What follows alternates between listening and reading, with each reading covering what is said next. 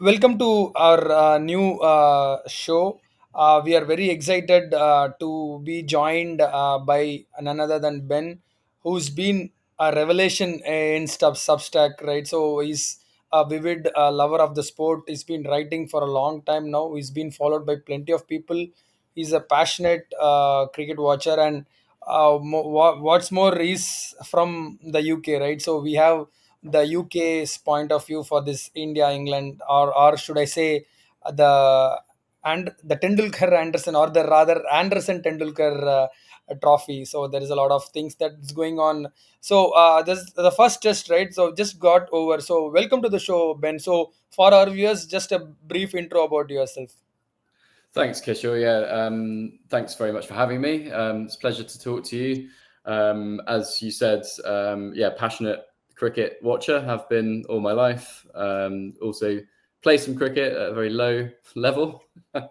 um, yeah, just really excited to be here and talking about this great series. The first test was super exciting, right down to the fifth day. So yeah, looking forward to the discussion. Awesome. Yeah. We'll go back to the beginning of the test, Ben. So I was little surprised to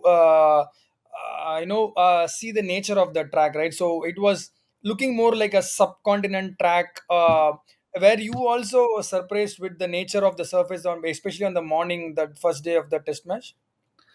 There didn't seem to be. You expect Headingley pitches to have some Yeah. green tinge to Yeah. them, and generally quite good for bowling on the first morning. But yeah, this one looked a lot drier, and a lot less green than we expected. I think that's possibly due to I don't know if you know, but we've had quite a dry summer so far, unusually for England, even up north in Leeds. So I think that the weather we've had probably had something to do with it. And yeah, it made Ben Stokes' decision to bowl first look slightly strange, Yeah.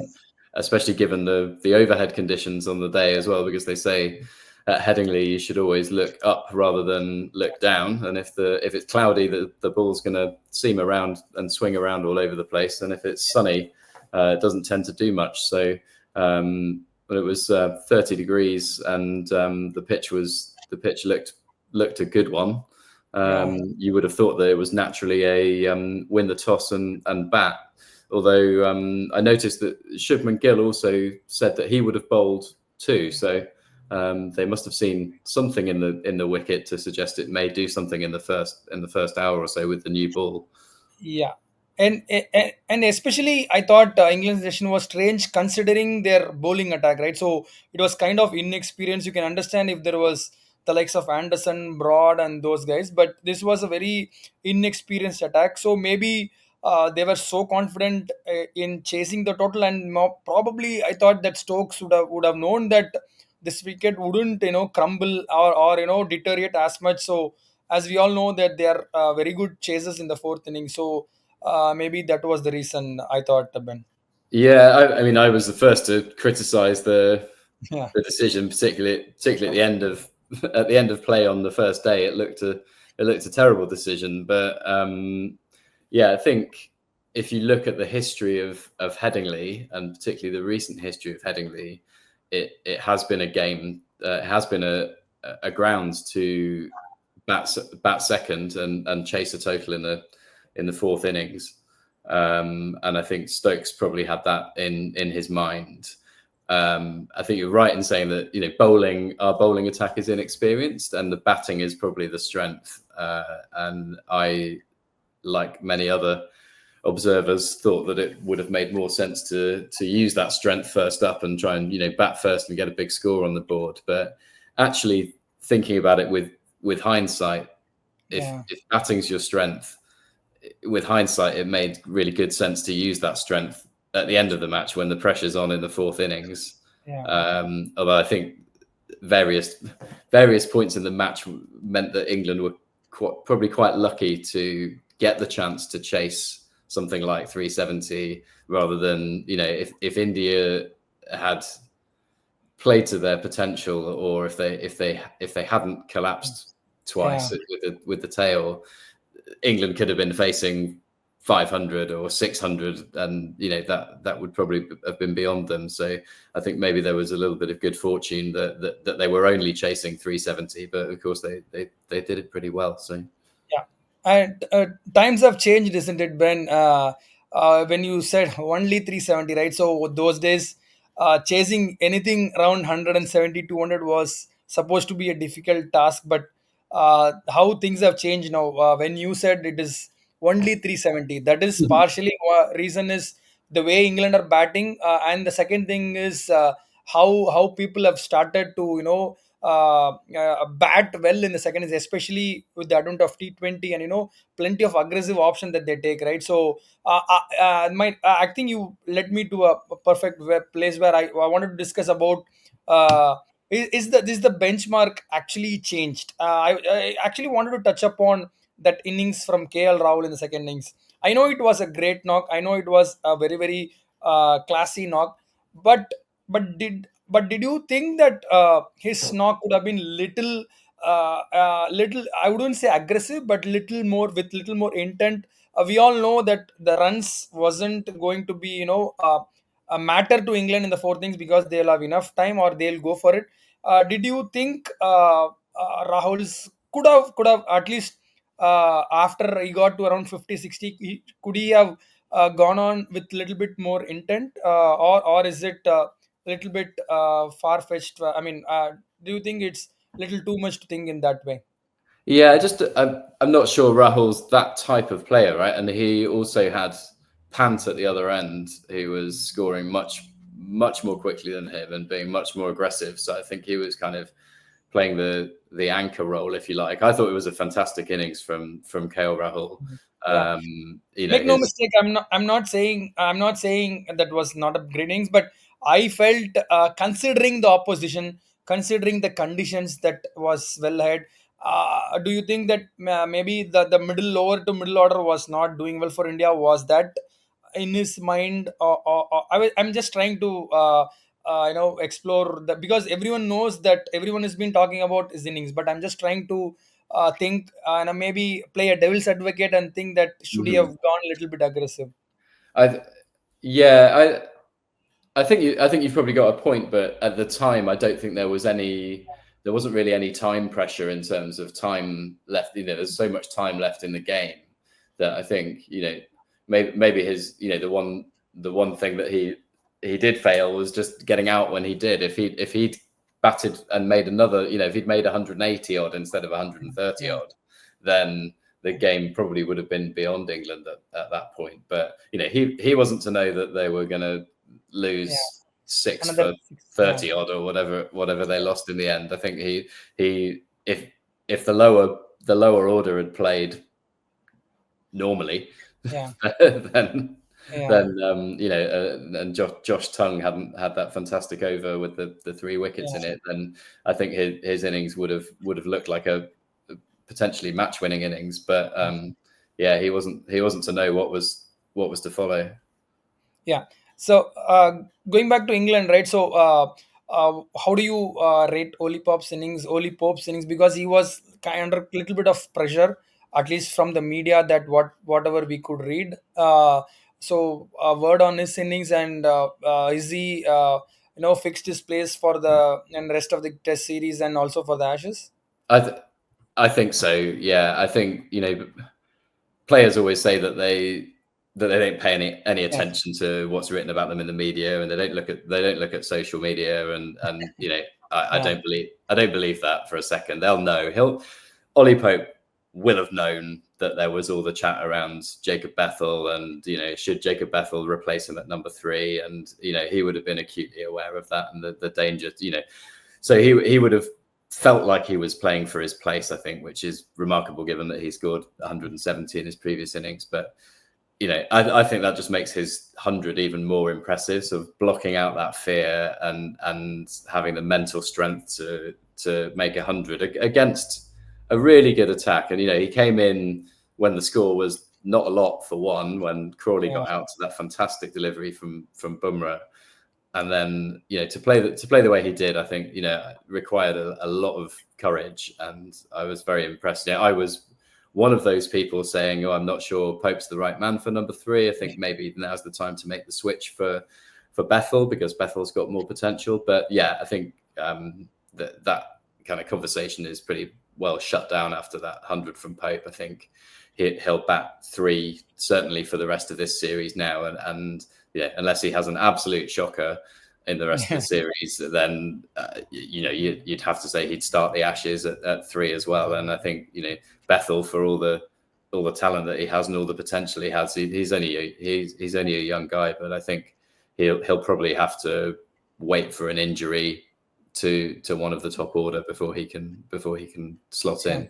But it's nice to as an England supporter, it's nice to have somebody of that obvious talent waiting in the wings. I think it shows the strength in depth that England have got, certainly on the batting side, that someone as obviously talented as Bethell can't get in the side at the moment. Yeah. From an English point of view, I would like to ask you this, right? So, what do you make? What did you make of Sai Sudarshan, the Test batter? I mean, yeah, it was little. It was not a long innings. At least in the second innings, he did bat for a while.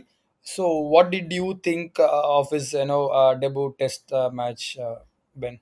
I'm a huge fan of Sai Siddharthan. I followed him closely in the IPL, and actually, I thought when you looked at his technique when he was playing in the IPL, I thought this guy looks like he's got he had a good straight bat and a good correct defense, and showed a good amount of patience and quite an even temperament for a T20 player. And I thought this guy could probably play red ball cricket and do it quite well. So I was really happy to see him in the squad, and then I was really happy to see him in the team. In terms of his performance at Headingley, I thought, out for a duck in the first innings, that can happen to any batsman. It's difficult to start your innings, and you can't really blame him for that. I think Stokes was bowling really well at the time, just before lunch on the first day, wasn't it?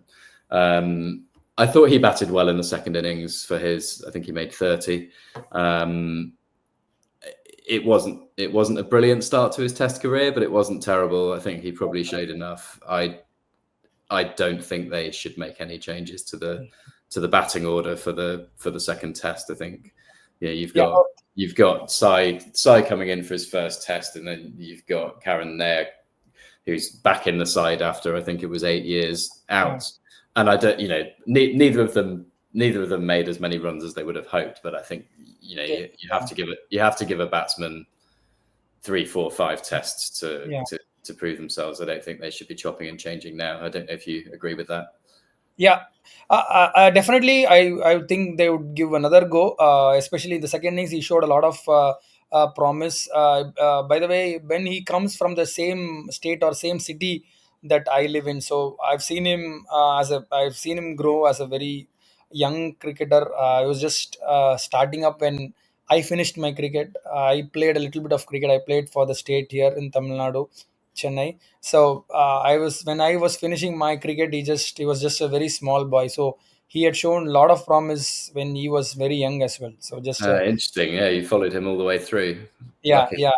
So he's a typical your calm, calm guy who use a lot of who takes a lot of care in his and the way he basically with the way he goes about his cricket, right? So he's like just focus on his things, and we're very happy to see him become a Test cricketer, right? So it's not that easy in India to become a Test cricketer.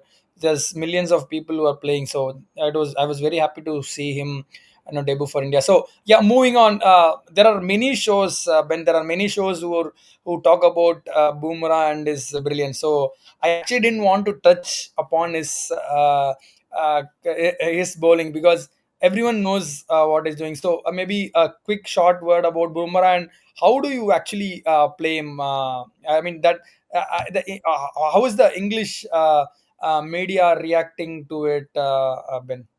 I think he's probably the one truly world class bowler on either side, right? And so I think everybody's extremely respectful of him. Everybody fears him really, because I think he can bowl an unplayable delivery at any time. And the ball I'm thinking of the ball he bowled to Zach Crawley in the first innings. I don't think there's a batsman in the world that wouldn't have got out to that delivery. And if they hadn't got out to it, it would have been luck.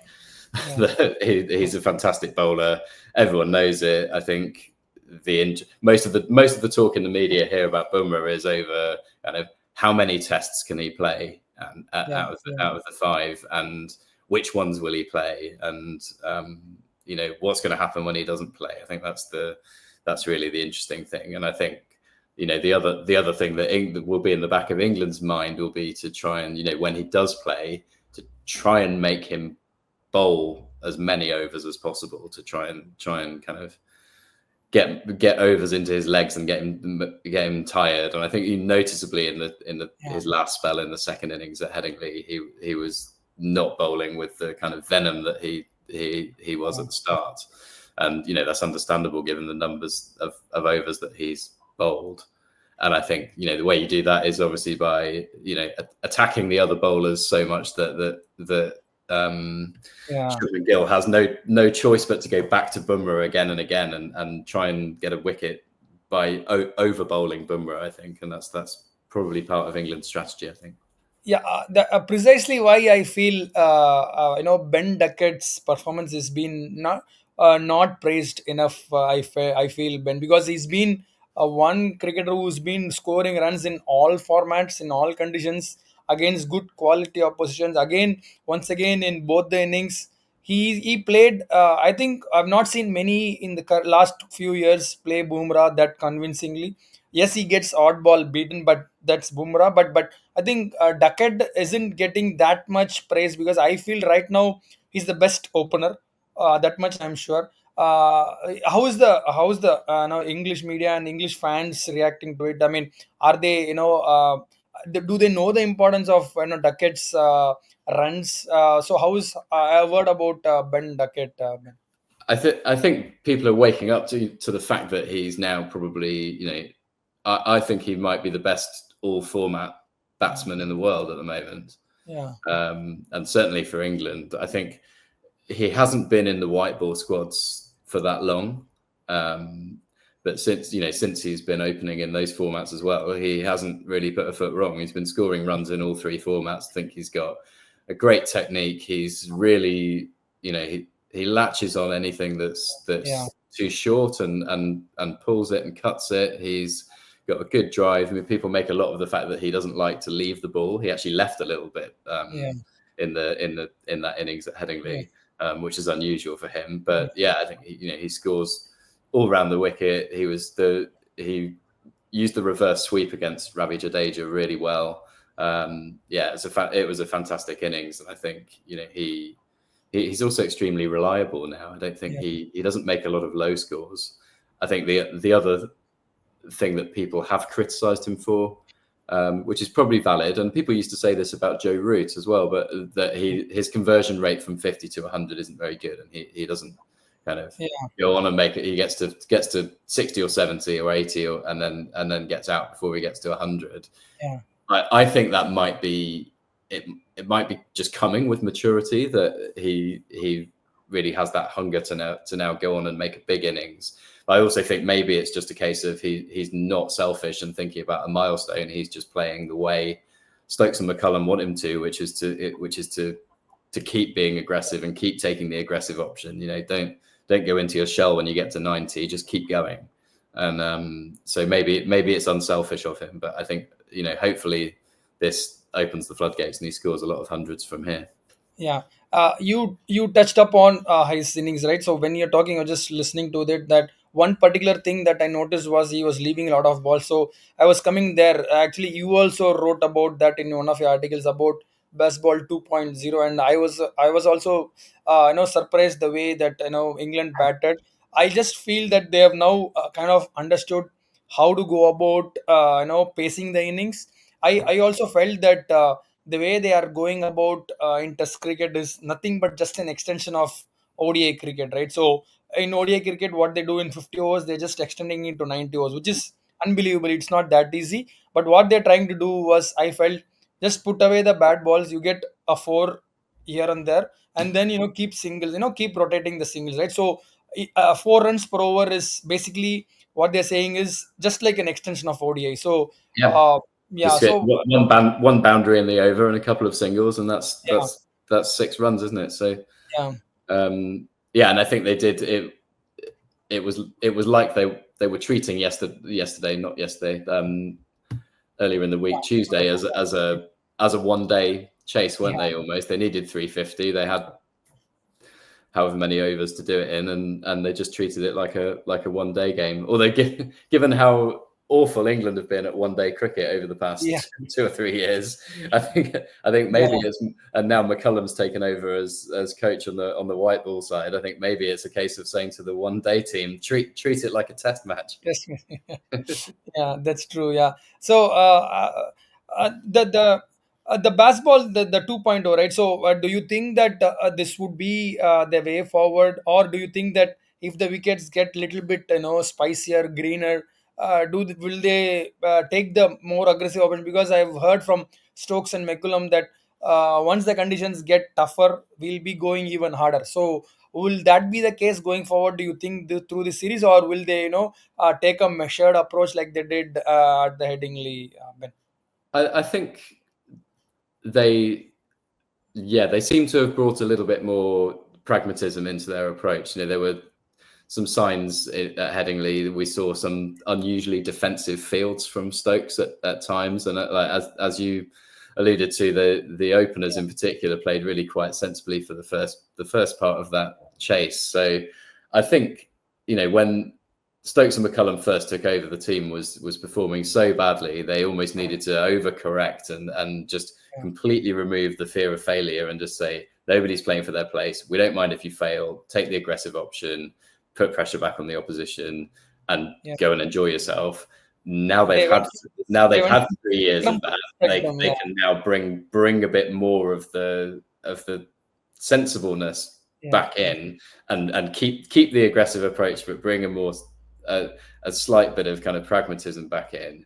But I think also Stokes and McCullum are right in saying that when conditions get really spicy, there's going to be a ball that gets you out. You might as yeah. well score a few runs first.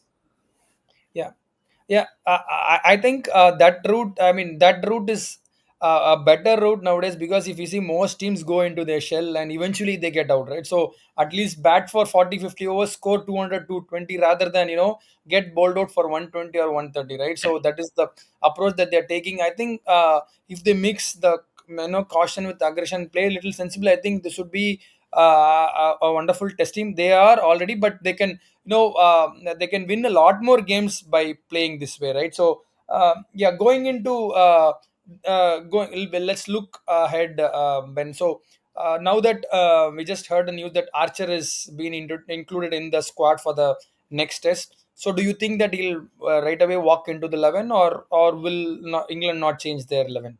Uh, I mean, I've before he was named in the squad or added to the squad. It's a 15-man squad now. Before he got added to the squad, I was thinking it's probably too soon for him. I think maybe Yeah, another 4 day, because he only bowled in that game he played in for Sussex against Durham was a draw. So he only bowled in 1 innings and he got through quite a few overs, which was good. But I think it's a lot to expect him to bowl in 1 innings. It's his first red ball game in 4 years and come straight yeah, back in and lead the attack in Birmingham.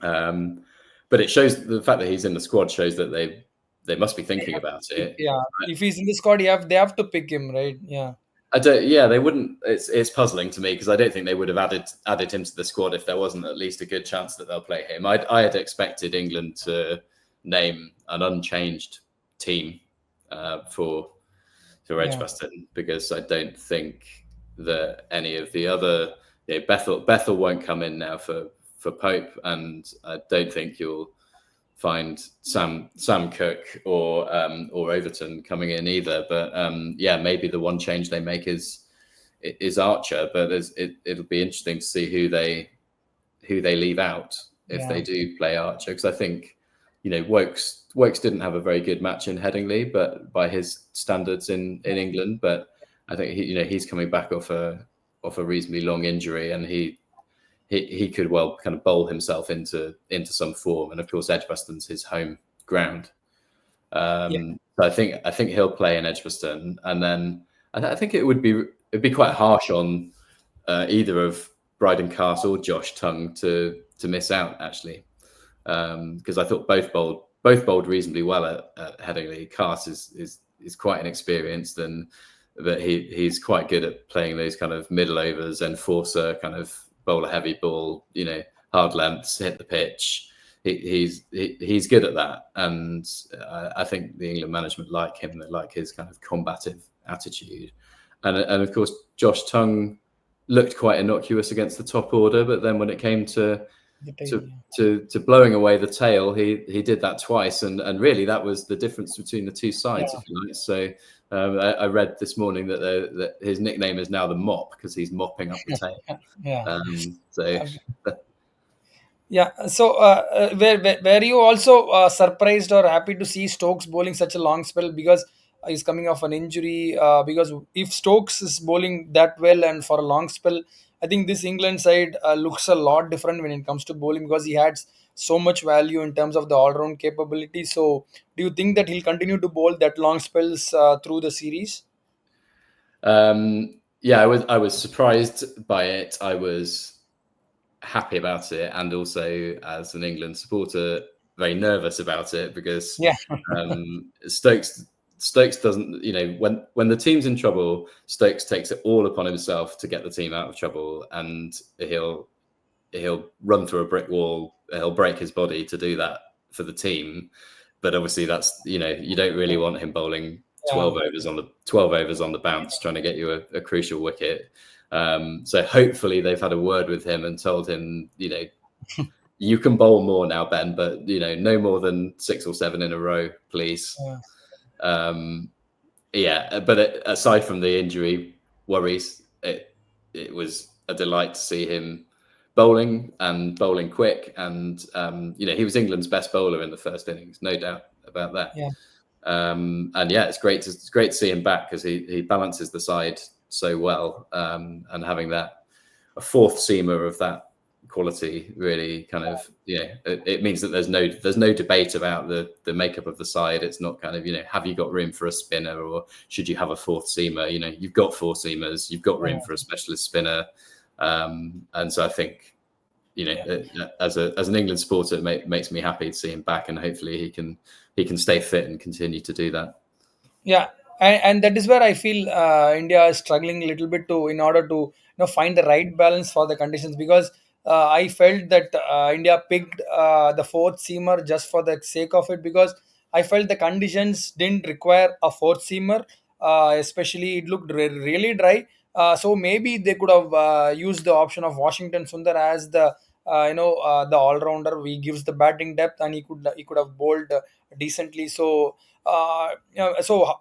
going forward, what do you think would be the conditions, Ben? So are England happy to play on conditions that are that will go into day 5, end of day 5 because look flat kind of I wouldn't say it's a flat wicket, but it kind of help both batters and bowlers. But do you think that will be the kind of wickets that India would get through the rest of the series, or do you think that's purely natural and because of the rain? I mean, the lack of rain is that the because of that the wickets are dry, or is it a strategy from England? I don't think it's really a strategy. I think they're just trying to prepare kind of good test match wickets. I think is the good test match pitches. But I think I reckon the next pitch in Edgbaston will be similar. I think that may well go to day 5, that game. I don't think it'll necessarily get better for batting as the game goes on, like Headingley did. I think it might wear and it might take a bit more spin than Headingley. I think the oval is usually quite flat and good for batting. Old Trafford depends on the weather, but if it stays dry, that should be a reasonably good pitch as well. I think the one doubt in my mind is Lords. Yeah, Having watched the Australia South Africa World Test Championship final, that was extremely spicy, and yeah, the batsmen really struggled. Certainly in the first two innings, the first three innings maybe, and it was only when it seemed to flatten out later and allowed South Africa to pull off that fantastic chase. But yeah, I think Lords might be one to bowl first on the first morning at Lords. I think that might be a bit spicy. But yeah, other than that, I think fairly good cricket wickets, I think. so And in terms of what you were saying earlier about the balance of India's team, I'm not sure why they picked Shardul Thakur. He only bowls. I like him as a cricketer, but yeah, if you're going to pick him as a fourth seamer, you need to trust him to bowl. And yeah, he only bowled 16 overs in the whole game, yeah, and he offered nothing with the bat. So I think if you're not going to bowl him, then but you think you need the batting, then play an extra batsman.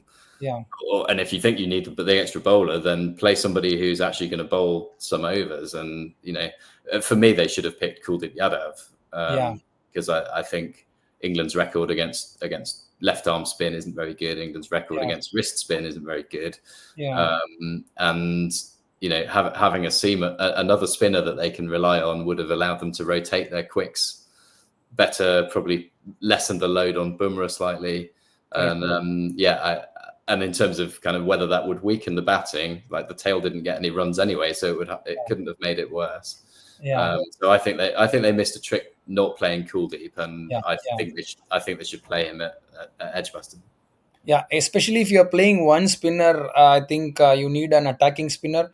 Yeah, maybe Kuldeep might get a look in the next game, but again, the problem is the combination, the makeup of the side is a little crucial. So yeah, the one last thing before we wrap up, Ben. So I've been hearing a lot of news on social media that ECB sold the first 4 days of tickets.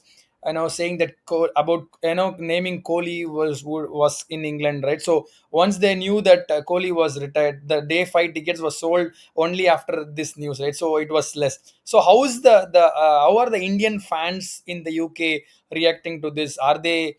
I mean, is there a real dip in interest from the Indians in UK to watch test matches because of Kohli's retirement, or how? Because you are there on the ground, so you might be knowing a little better, Ben. I think the Indians living over in the UK are consistently incredibly passionate about cricket and incredibly passionate about the the Indian cricket team, and I think they will.